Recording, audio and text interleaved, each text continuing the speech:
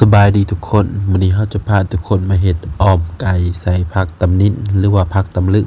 ก่อนอื่นหมดเราก็จะมาเก็บผักตำนินที่เกิดอยู่ตามแคมหัวของเรา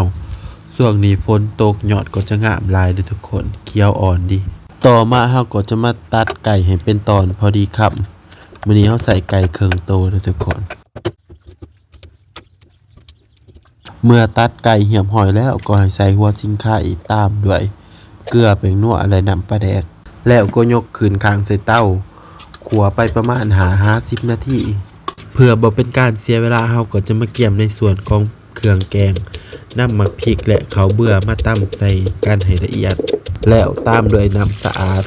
คนให้น้ำและข้าวเบื่อละลายเข้ากันดีเมื่อไก่ที่เราขัวไว้ได้แล้วประมาณ50 นาทีน้ำในตัวไก่จะออกมาและเฮ็ดให้เกิดกลิ่นหอมจากหัวซิงไข่จากนั้นก็ให้ตามด้วยข้าวเบื่อที่เราเตรียมไว้คนต่อไปอย่าหยุดมือเพื่อบ่ให้น้ำข้าวเบื่อติดก้นหม้อเมื่อน้ำฝดดีแล้วก็ให้ตามด้วยยอดผักตำนินคนทุกอย่างให้เข้ากันประมาณ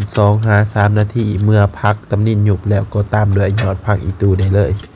เมื่อใส่ผักอีตูแล้วก็ปิดฝาแล้วยกลงตักเสิร์ฟได้เลยและนี่ก็คือหน้าตาออมไก่ใส่ผักตำนินของเฮา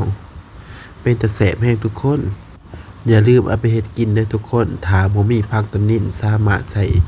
เป็นผักกาดหรือผักอีหุ่มก็ได้เด้อ